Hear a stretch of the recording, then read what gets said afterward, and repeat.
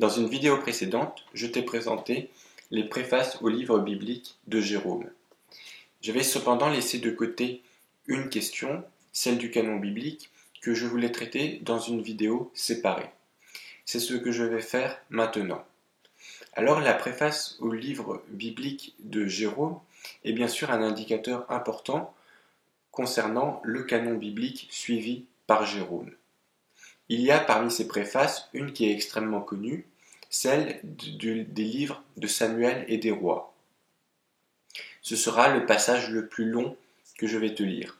Mais il faut prendre en considération tous les éléments et c'est pour cela que je vais aussi te lire d'autres passages qui sont un peu moins connus mais qui apportent des éléments utiles pour comprendre la position de Jérôme. Et voir aussi comment cette position s'articule par rapport à celle des autres chrétiens de son époque. Je vais donc d'abord te lire les textes et te proposer ensuite quelques commentaires. Je précise, tu pourras les retrouver en version écrite sur mon blog. Le premier texte est donc un extrait de la préface au livre des rois. Il y a 22 lettres en hébreu, la langue des Syriens et des Chaldéens l'atteste également, elle qui est pour une grande part très proche de la langue hébraïque. Ceux-ci en effet ont aussi 22 signes qui se prononcent de la même manière, mais se transcrivent différemment. Même les Samaritains écrivent le Pentateuque de Moïse avec le même nombre de lettres. Elles diffèrent seulement par leur tracé et leur pointe. Et c'est assurément Esdras, scribe et docteur de la loi, qui a trouvé, après la prise de Jérusalem et la restauration du temple sous Zorobabel, les autres lettres que nous utilisons maintenant, alors que jusqu'à cette époque, les Samaritains et les Hébreux se servaient de caractères identiques. Dans le livre des Nombres aussi, ce même décompte est exposé selon le sens mystique à travers le recensement des Lévites et des prêtres. Et, jusqu'à aujourd'hui, nous retrouvons dans certains rouleaux en grec le nom du Seigneur, le tétragramme, transcrit avec les lettres anciennes. Ajoutons que les psaumes 36, 110, 111, 118, 144, bien qu'écrits dans des mètres différents, ont cependant pour trame un alphabet comportant le même nombre de lettres. Les lamentations de Jérémie et sa prière, elles aussi, ainsi que la fin des proverbes de Salomon, à partir du passage où il est dit « Qui trouvera une maîtresse femme ?» sont décomptées par ces mêmes successions alphabétiques qui servent de subdivision. En outre, il y a chez les Hébreux 5 lettres à double transcription, le Kaf, le Men, le Nun, le Fe et le Tsadé, car ils les notent différemment selon qu'elles sont au début et à l'intérieur des mots ou à la fin. De là vient que 5 livres sont aussi communément considérés comme doubles. Samuel, Malarim, Dabriyamin, Esdras, Jérémias, avec 6 notes, c'est-à-dire ses lamentations.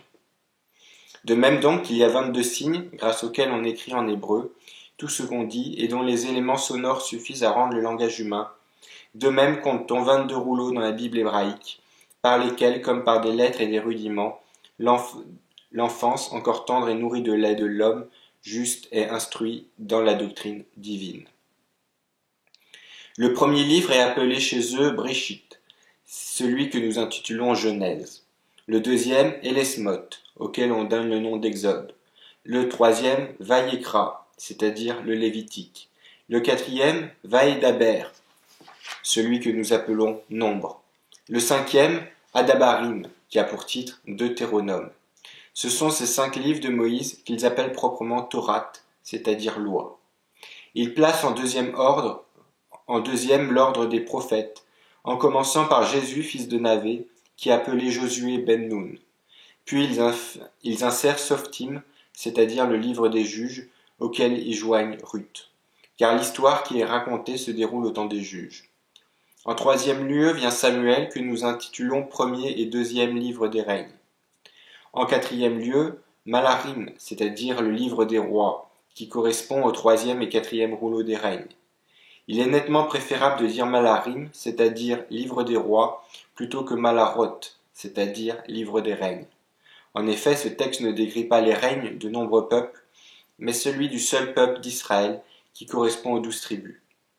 En cinquième lieu vient Isaïe, en sixième Jérémie, en septième Ézéchiel, le huitième livre est celui des 12 prophètes, appelés chez eux Tarehatsra.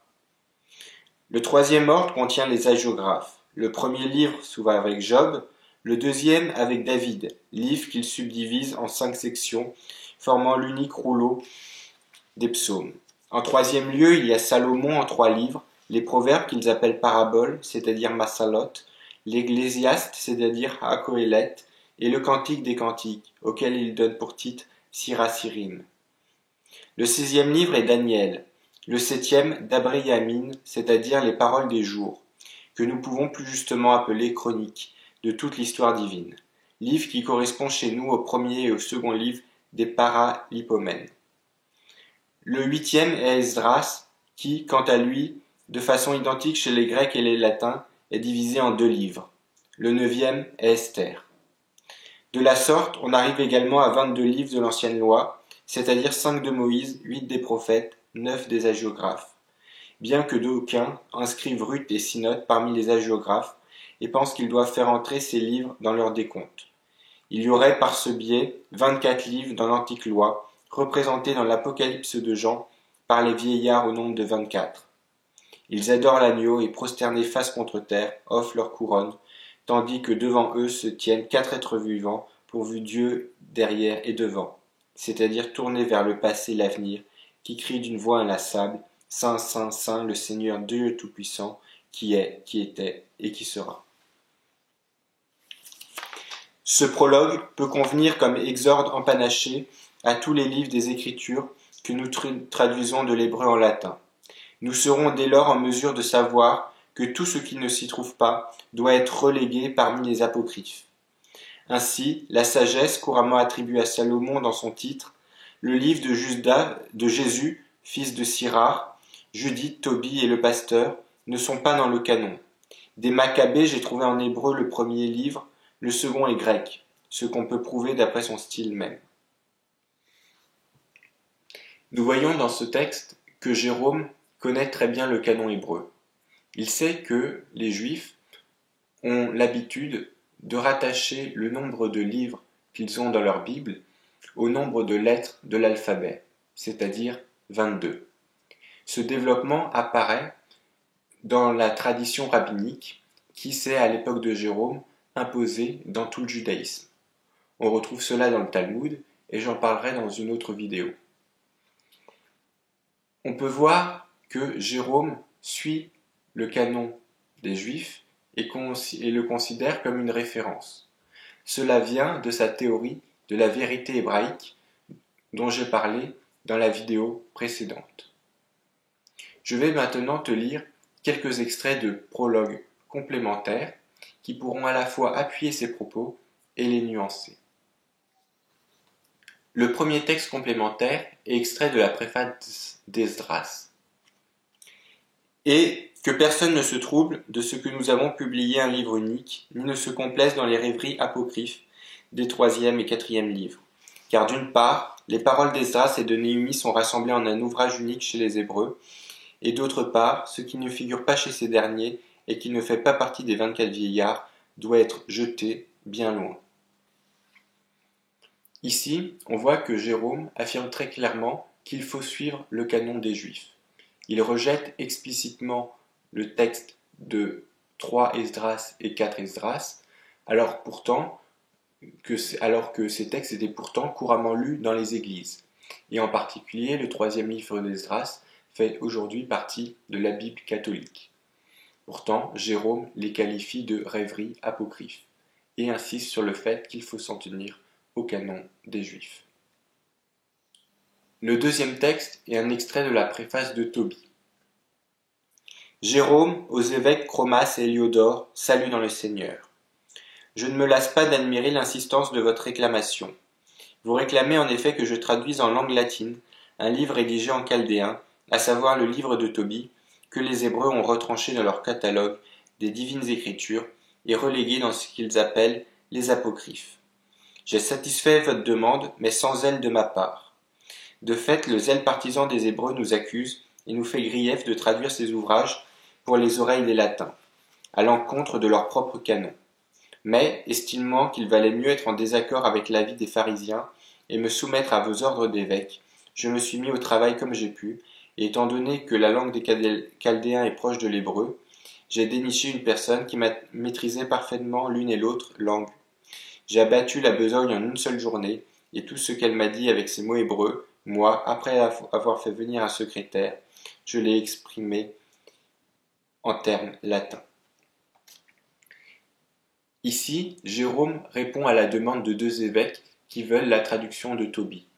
On voit que ces évêques considéraient comme Tobie comme faisant partie du canon. Mais Jérôme n'était pas vraiment de cet avis, puisque comme nous l'avons vu, il préfère suivre la position des Juifs. Malgré tout, très poliment, il reconnaît qu'il va se soumettre aux ordres de ses évêques et qu'il va effectuer la traduction. Mais cette traduction est effectuée très rapidement, puisqu'il l'a fait en une seule journée. On peut aussi citer la préface au livre de Judith. Chez les Hébreux, le livre de Judith se lit parmi les apocryphes. Aussi, son autorité pour corroborer les arguments que l'on avance dans la controverse apparaît-elle comme peu efficace. Cependant, parce qu'il est rédigé en langue chaldéenne, on le compte au nombre des récits historiques. Mais étant donné que le concile de Nicée, lit-on, a compté ce livre au nombre des saintes écritures, j'ai accédé à votre requête, ou plutôt à votre réclamation. Et, une fois laissé de côté les occupations qui me retenaient tout entier, je ne lui ai consacré qu'une courte veille, traduisant selon le sens plutôt que mot à mot. On voit ici que l'attitude de Jérôme est très similaire. Il traduit le livre de Judith parce qu'on lui a demandé, mais il signale que les Juifs ne le reconnaissent pas et que, par ailleurs, il l'a fait de manière assez bâclée puisqu'il n'y a consacré qu'une veille en traduisant plutôt par le sens que mot à mot. Je te propose maintenant deux extraits des préfaces au livre de Salomon. En revanche, dans le livre que la plupart intitulent La sagesse de Salomon et l'Ecclésiastique, dont nul n'ignore qu'il est de Jésus, fils de Sirach, j'ai retenu mon calame, car je désire réviser pour vous uniquement les écrits canoniques et réserver mon zèle aux textes sûrs plutôt qu'aux textes douteux. On voit donc que ces deux livres, La sagesse de Salomon et Jésus, fils de Sirach, qu'on appelle aussi l'Ecclésiastique ou le Siracide, sont qualifiés de textes douteux et d'écrits non canoniques par Jérôme. Cela est appuyé par un deuxième extrait. C'est pourquoi, brisé par une longue maladie, pour ne pas rester complètement silencieux cette année et ne pas demeurer muet vis-à-vis de vous, j'ai dédié à votre nom un travail de 3 jours, à savoir la traduction des 3 rouleaux de Salomon, Maslot, que les Hébreux appellent parabole, l'édition courante Proverbe, Coëlette, que nous pouvons nommer en grec Ecclésiaste, en latin Concionateur, l'orateur dans l'assemblée, Siracim, qui est reçu dans notre langue par Cantique des Cantiques. La tradition ajoute aussi le livre de parfaite vertu de Jésus, fils de Sirach, et un autre, pseudépigraphe, intitulé Sagesse de Salomon. Or, j'ai trouvé le premier de ces livres, également en hébreu, portant le titre non pas d'ecclésiastique comme chez les latins, mais de parabole. À celui-ci étaient réunis l'Ecclésiaste et le Cantique des Cantiques pour parfaire la ressemblance avec Salomon, non seulement par le nombre des livres, mais aussi par le genre des sujets. Quant au second, il n'est nulle part chez les Hébreux, bien plus son style lui-même sans l'éloquence grecque, et quelques-uns parmi les écrivains anciens affirment que c'est l'œuvre de Philon le Juif.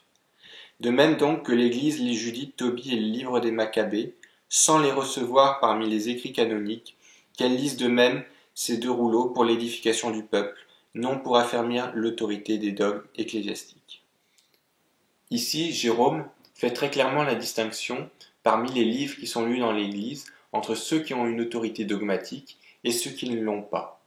Or, le livre de la sagesse, de Siracide, de Judith, de Tobie et des Maccabées sont considérés par Jérôme comme des livres non canoniques, qui peuvent servir et qui peuvent être lus pour l'édification des chrétiens, mais qui ne peuvent pas être utilisés pour des controverses dogmatiques. Enfin, le dernier extrait que je te propose provient de la préface à Jérémie. Quant au livre de Baruch, son secrétaire qui n'est ni lu ni retenu chez les Hébreux, nous l'avons laissé de côté et nous nous attendons sur tous les points à des critiques venant de nos adversaires, auxquels il m'est nécessaire de répondre ouvrage après ouvrage. Voilà donc les différents passages de Jérôme touchant à la question du canon biblique. On peut retenir ici quelques points qui serviront de conclusion. On voit que Jérôme est particulièrement attentif au canon juif, et il estime qu'il faut s'aligner sur ce canon juif. Cette idée provient de la notion de vérité hébraïque dont je t'ai parlé dans la vidéo précédente. Cependant, Jérôme est bien conscient que sa position est loin d'être partagée par les autres chrétiens. Bien au contraire, si on regarde les autres pères de l'Église, on voit qu'il est même assez minoritaire. On peut terminer en signalant que Jérôme est sur la question du canon biblique certainement le père le plus proche des réformateurs. Si tu as des questions ou des remarques, n'hésite pas à me laisser un commentaire. Et moi je te dis à bientôt pour une prochaine vidéo.